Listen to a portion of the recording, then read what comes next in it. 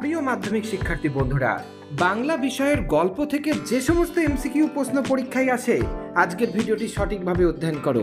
এখান থেকেই প্রশ্ন তুমি তোমার পরীক্ষায় কমন পেতে চলেছ। তাই দেরি না করে চলো শুরু করছি আজকের এই ভিডিওটি।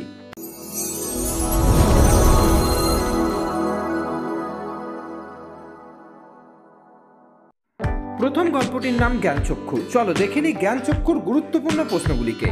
প্রথম প্রশ্ন, তপনের মেসোমশাই কোন পত্রিকার সম্পাদককে চিনতেন? প্রশ্নটি গুরুত্বপূর্ণ। প্রশ্নের উত্তর, সন্ধ্যা তারা পত্রিকার সম্পাদককে চিনতেন। দ্বিতীয় প্রশ্ন, তপনের মেসোমশাই কোন পত্রিকায় তপনের লেখা ছাপানোর কথা বলেছিলেন? তিনি সন্ধ্যা তারা পত্রিকায় তপনের লেখা ছাপানোর কথা বলেছিলেন। ছোট মাসি তপনের থেকে কত বছরের বড়? তিনি বছর 8 বড়। তপনের লেখা গল্পের নাম কি? প্রশ্নটি চূড়ান্ত গুরুত্বপূর্ণ। প্রশ্নের সঠিক উত্তরটি হয়ে যাবে প্রথম দিন। পৃথিবীতে এমন অলৌকিক ঘটনাও ঘটে, অলৌকিক ঘটনাটি কি?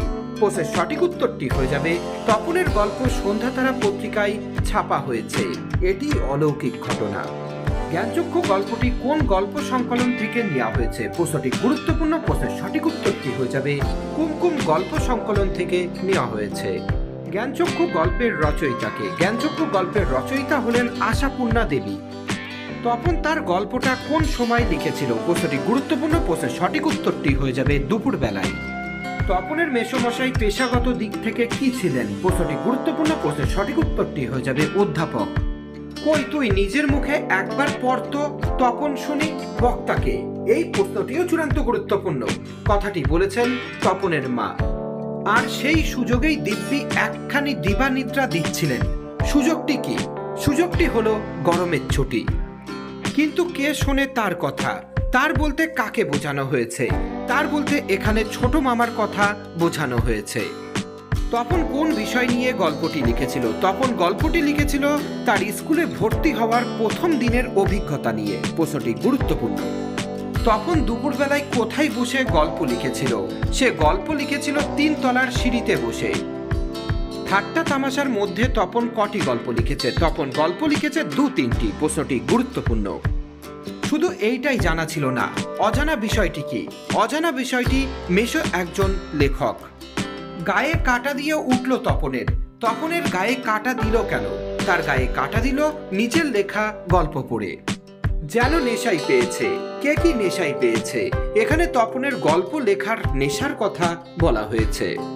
মামার বাড়িতে কার বিয়ে উপলক্ষে তপন এসেছে?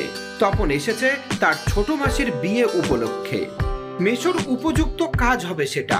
উপযুক্ত কাজ কোনটি হবে? উপযুক্ত কাজ হবে তপনের গল্প ছাপিয়ে দেওয়া। কার অনেক বই ছাপা হয়েছে? অনেক বই ছাপা হয়েছে তপনের নতুন মেসোমশাইয়ের। পরবর্তী প্রশ্নটি, এ বিষয়ে সন্দেহ ছিল তপনের। তপনের সন্দেহের বিষয়টি কি ছিল? প্রশ্নের উত্তর, লেখকরা তপনের বাবা, ছোট মামা বা মেজো কাকুর মতোই একজন সাধারণ মানুষ। আমাদের থাকলে আমরাও চেষ্টা করে দেখতাম। উক্তিটির বক্তাকে? উক্তিটির বক্তা তপনের মেজো কাকু। প্রশ্নটি চূড়ান্ত গুরুত্বপূর্ণ। রত্নের মূল্য কার কাছে? রত্নের মূল্য জহুরির কাছে। কোনোখান থেকে টুকলিফাই করিসনি তো? উক্তিটির বক্তাকে? প্রশ্নটি গুরুত্বপূর্ণ। প্রশ্নের উত্তর, তপনের ছোট মাসি। তপনের নতুন মেশো ছিলেন একজন। প্রশ্নের উত্তরটি হয়ে যাবে লেখক। তা ওরকম একটা মেশো থাকা মন্দ নয়। কথাটি কে বলেছেন? কথাটি বলেছেন তপনের মেজো কাকু। সূচিপত্রের নামও রয়েছে। নামটি হলো? প্রশ্নের উত্তরটি হয়ে যাবে প্রথম দিন। এর মধ্যে তপন কোথা? কিসের মধ্যে? ছাপার গল্পের মধ্যে। জ্ঞানচক্ষু গল্পের সর্বশেষ প্রশ্নটি, বাড়িতে তপনের নাম কি হয়েছে? বাড়িতে তপনের নাম হয়েছে কবি, সাহিত্যিক, কথাশিল্পী। প্রশ্নটি গুরুত্বপূর্ণ। এবার চলো দেখে নিই বহুরূপী গল্পের গুরুত্বপূর্ণ প্রশ্নগুলিকে। প্রথম প্রশ্ন, বাইজির ছদ্মবেশে হরিদার কত টাকা রোজগার হয়েছিল? হরিদার রোজগার হয়েছিল 8 টাকা 10 আনা। প্রশ্নটি গুরুত্বপূর্ণ। সপ্তাহে হরিদা বহুরূপী সেজে কদিন বাইরে যান? তিনি বাইরে যান 1 দিন। পুলিশ সেজে হরিদা কোথায় দাঁড়িয়েছিলেন? প্রশ্নটি গুরুত্বপূর্ণ। প্রশ্নের উত্তরটি হয়ে যাবে দয়ালবাবুর লিচু বাগানে। খুব হয়েছে হরি, এইবার সরে পড়ো, অন্যদিকে যাও, এই কথা কে বলেছে? কথাটি বলেছে কাশীনাথ। বিরাগীর ঝোলার ভিতর কোন বইটি ছিল? প্রশ্নটি গুরুত্বপূর্ণ। প্রশ্নের উত্তরটি হয়ে যাবে গীতা। জগদীশবাবু একজোড়া কাঠের খড়মে কি লাগিয়ে সন্ন্যাসীর পায়ের কাছে ধরলেন? তিনি ধরলেন সোনার বোল লাগিয়ে। বহুরূপী গল্পটির রচয়িতাকে? বহুরূপী গল্পটির রচয়িতা হলেন সুবোধ ঘোষ। কার বাড়িতে সন্ন্যাসী এসেছিলেন? সন্ন্যাসী এসেছিলেন জগদীশবাবুর বাড়িতে।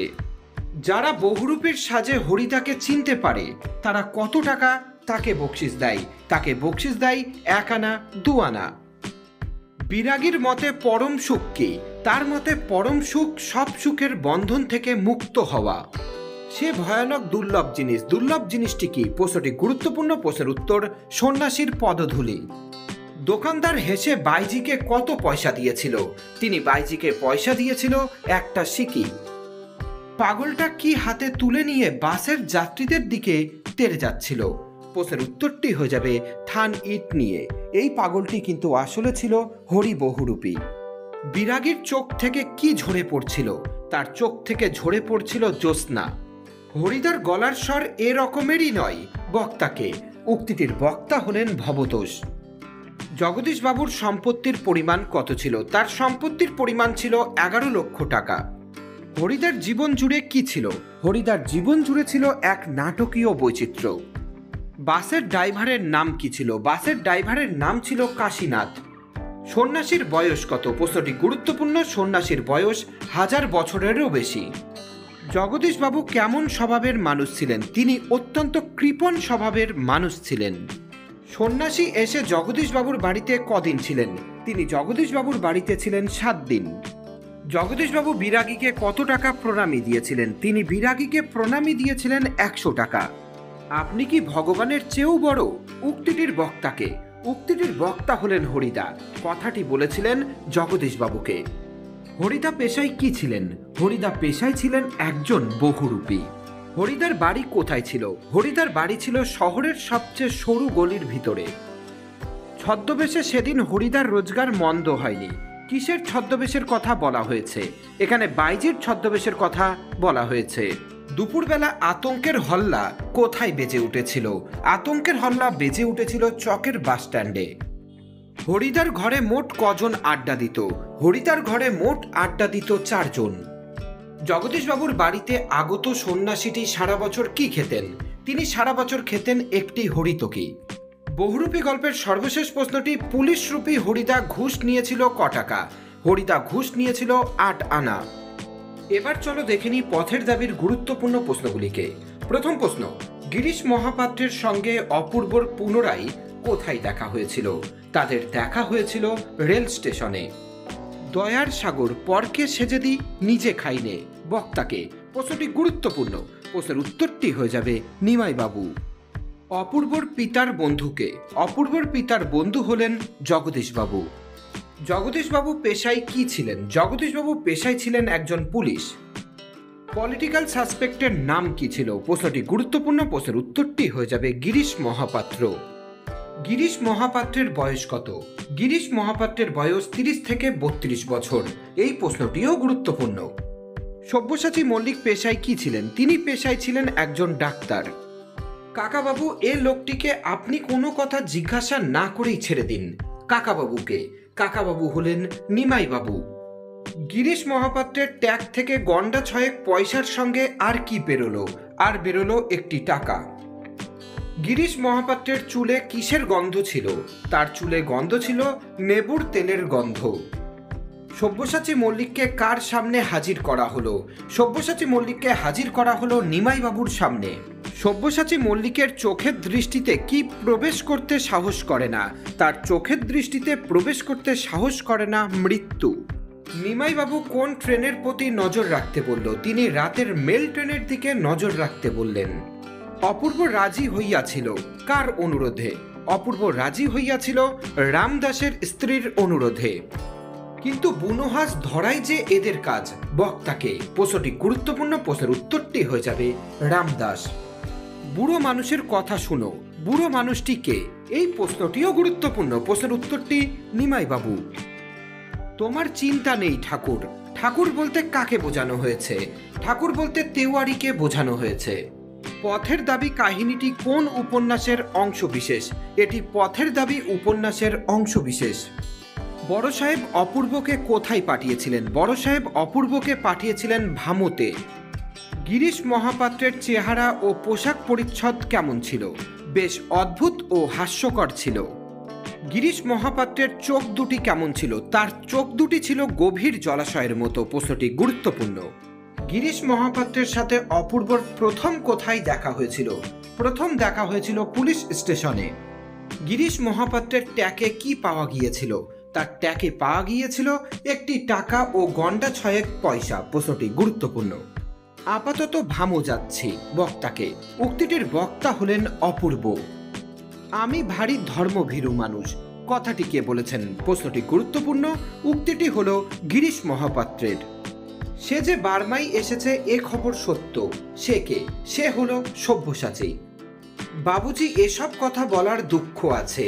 বাবুজি বলতে কাকে বোঝানো হয়েছে? বাবুজি বলতে এখানে অপূর্বকে বোঝানো হয়েছে। অপূর্ব নিজের পরিচয় জানিয়েছিল সে একজন ব্রাহ্মণ। অপূর্ব ট্রেনে কিসের পাত্র এনেছিল? অপূর্ব ট্রেনে পিতলের পাত্র এনেছিল। পথের দাবির সর্বশেষ প্রশ্নটি তার চোখ ছলছল করিয়া আসিল। কার কথা এখানে বলা হয়েছে? এখানে বলা হয়েছে রামদাসের কথা। এবার চলো দেখে নিই অদল বদল থেকে সবচাইতে গুরুত্বপূর্ণ প্রশ্নগুলিকে। প্রথম প্রশ্ন, ইসাবের মেজাজ চড়ে গেল, কারণ কি? কারণ কালিয়া অমৃতকে মাটিতে ফেলে দিয়েছিল। অমৃত ও ইসাবের কাছে নতুন কোন জিনিসটি ছিল? নতুন জিনিসটি ছিল জামা। অদল বদল কোন দুই বন্ধুর গল্প? অদল বদল মূলত অমৃত ও ইসাবের গল্প। অমৃতের বয়স কত? প্রশ্নটি গুরুত্বপূর্ণ। প্রশ্নের সঠিক উত্তরটি হয়ে যাবে 10 বছর। শোনা মাত্র অমৃত ফতুয়া জারি করে দিল। ফতুয়া শব্দের অর্থ কি? ফতুয়া শব্দের অর্থ রায়।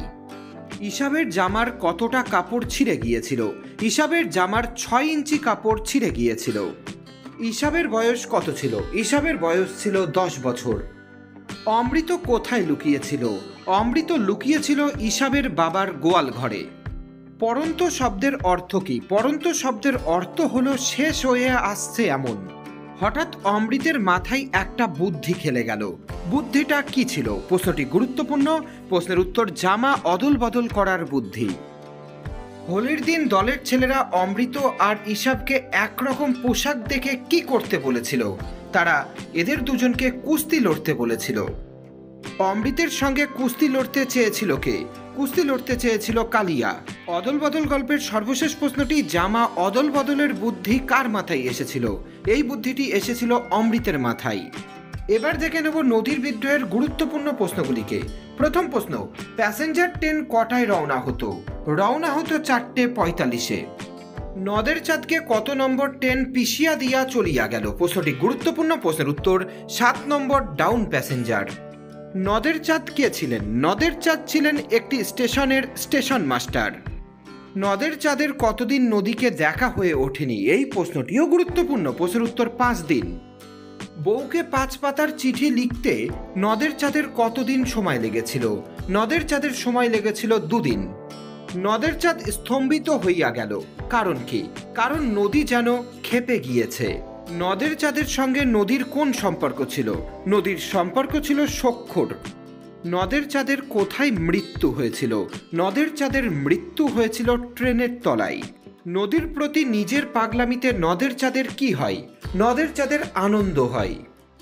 নদের চাঁদের ঔৎসুক্য কেমন ছিল? ছিল ছেলে মানুষের মতো। নদের চাঁদ যাকে ডেকে বলল আমি চললাম হে, কে তিনি? তিনি হলেন নতুন সহকারী। বউকে নদের চাঁদ যে চিঠি লিখেছিল তার পৃষ্ঠা সংখ্যা কটি? তার পৃষ্ঠা সংখ্যা 5টি। বড় ভয় করিতে লাগলো নদের চাঁদের। ভয়ের কারণ কি? ভয়ের কারণ হলো নদীর প্রতিহিংসা। প্রশ্নটি গুরুত্বপূর্ণ। নদের চাঁদের ভারী আমোদ বোধ হইতে লাগিল, কেন? কারণ নদীর স্ফীত রূপ দেখে। নদের চাঁদ তার কর্মস্থলের কাছের নদীটিকে কত বছর ধরে চেনে? সে চেনে 4 বছর ধরে। নদের চাঁদের বয়স কত বছর? নদের চাঁদের বয়স 30 বছর। প্রশ্নটি গুরুত্বপূর্ণ। চলে যাচ্ছি আজকের ভিডিওর সর্বশেষ প্রশ্নে। স্টেশন থেকে নদীর দূরত্ব কত মাইল ছিল?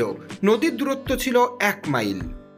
প্রিয় শিক্ষার্থী বন্ধুরা, এই 120টি প্রশ্ন যে তোমাদের কাছে কতটা গুরুত্বপূর্ণ সেটা তোমরা ধারণাও করতে পারছো না।